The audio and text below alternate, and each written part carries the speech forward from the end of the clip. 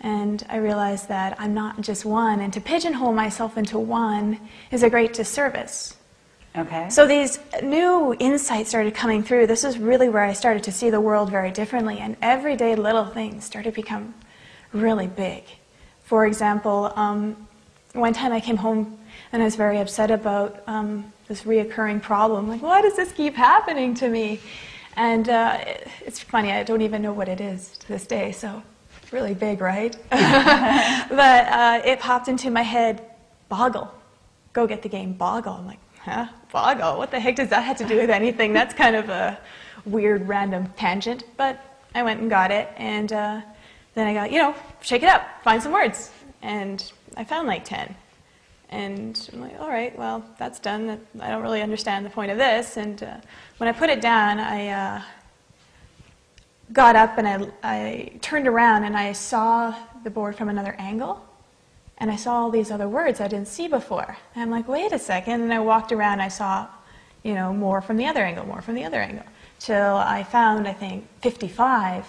And then it said, okay, well, now you know why this problem keeps reoccurring. You're only looking at it from one perspective, one angle. I was like, oh my goodness, wow. And where did this come from? And then it just popped into my head. Allow us to introduce ourselves. We are your guides. And every time I tried to ask them who exactly they were, I got a different answer. And so I thought at one point they were playing with me. But in a sense, they didn't want to be locked into labels. In the beginning, we introduced myself as a crystal child. There's indigo, light worker, starseed, and also just Jessica. Right? So they're all labels. When it comes down to it, they're all pieces of ourself. I mean, in school, I was always told that I was stupid, and I believed it. Well, when you say you were told you were stupid, who told you that? My teachers. Because I was put in the special classes. I'm a slow learner. And the students, and because I was very dyslexic and I learned very differently, and I didn't see things the way they did, and also I didn't have an interest too. It's just so boring. This is not going to stimulate the soul. It starves that part of us. Okay, but to get back to your story, you're in a position where you're starting to hear from your guides. You've heard stories from your father. So at what point were you actually sort of convinced that possibly what he was seeing was real, and those personages started to be appearing for you or become real for you? They never quite appeared to me in the way my dad did. But just started, like what I was sharing with in school about being told I was stupid, it stayed like that until, that was my paradigm. That's what everybody saw me as, until one day it dawned on me that, someone's opinion of me doesn't have to be my reality. And when that happened, everything shifted. Nobody saw me as stupid anymore, but doesn't mean I still don't have that part. Like, these are all facets of what makes us human, so I couldn't really judge anybody anymore because I saw myself in each one of them, no matter what they did. And what really took it to the next level, actually, was, this is very, very hard to share, but it's very important to share. Even though I was starting to become open to it, I was still very upset with my dad, because what I wanted more than anything was just a normal dad, and to be a father, and not to be lost to this world, even though it was exciting. You're still a child, and you need that kind of support. So I might get a bit emotional about saying this. That's okay. On Christmas Day, the whole family was around, and I just felt so hurt and upset by my dad that I told him, I hate you, why don't you just die already? And he did. Okay. And when you say he did, can you be a little more specific as to what happened? A week later, he had a brain hemorrhage, and he went in for brain surgery, and he didn't recover. Okay. So how did you sort of view that experience? Well, I knew about how our thoughts create reality before What the Bleep came out. This information was being given to me by my dad's beings as I sat, and listened to what they were saying. that I knew that there is a huge responsibility to what we're putting out and how powerful it is, that in a sense it is magic.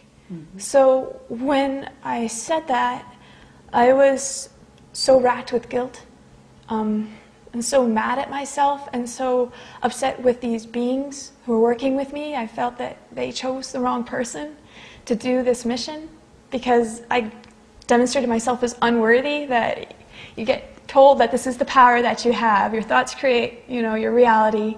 Pay attention to them, and then you go and do something like that in a so seeming unconscious measure. Okay, but did you also allow for the freedom of the other person, their sort of as a sovereign entity? In other words, that person being your father having a choice on whether to die or not? I didn't see that until later on. See, what happened was I didn't want anything to do with the beings after that.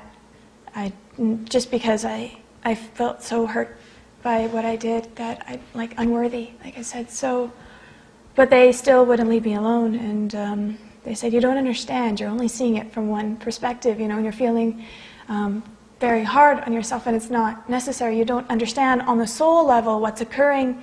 Even though you told him out of anger what you told him, on the soul level, you said, it's okay, Dad, you can go now, we'll be fine. And that I had a contract with him that I would help him go when the time came, and that he did want to leave, but he didn't want to go unless he knew that we would be okay. And I did just that. Okay. So you were able to kind of forgive yourself and allow for that occurrence to happen and to have been part of your reality, in other words. Yes. Yeah. Okay. And what about the rest of your family? How did they view his passing at that point? Devastated my mother. My mother still hasn't recovered from it.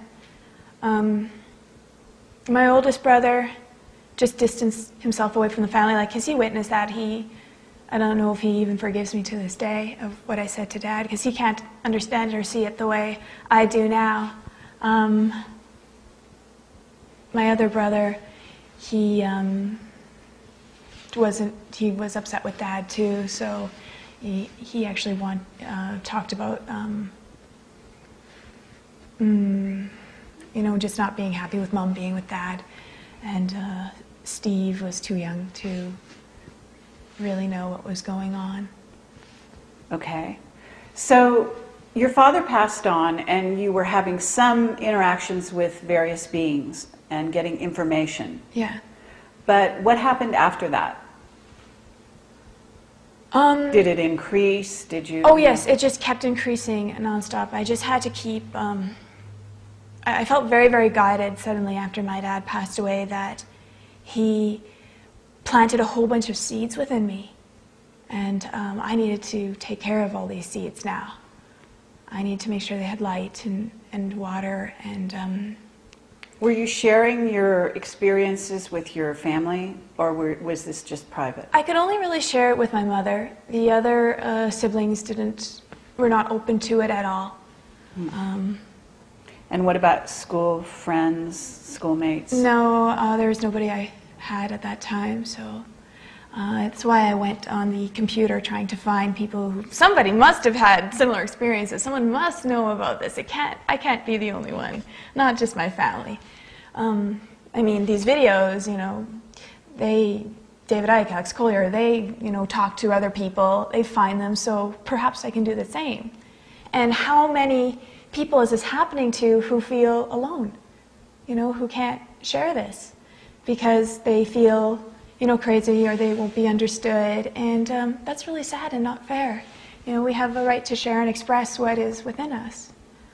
So that really drove me, and I spent many nights trying to find others to no avail, until one night I collapsed in front of the computer, and when I woke up, it was in the middle of the night too, there was this on the computer screen, it's just like meet other starseeds and light workers. I was like, I hit the mother lode, and I contacted them all, and we immediately had a strong connection, like we've known each other all our lives, and I just knew so much about them, and I didn't really know how, but it just was so strong. And it became very exciting, and I decided I wanted to go and see them. And so I just started to, I kind of freaked my mother out, because the first one I wanted to meet was, of all things, a guy. One, well, you know, male around my age, and you think that if they're open to this information, that they must be the one, kind of thing. They're near your age, opposite sex, it's all you need. So I told my mom I'm going to France to meet this guy I've never met, but I'm in love with, and I'm going, even though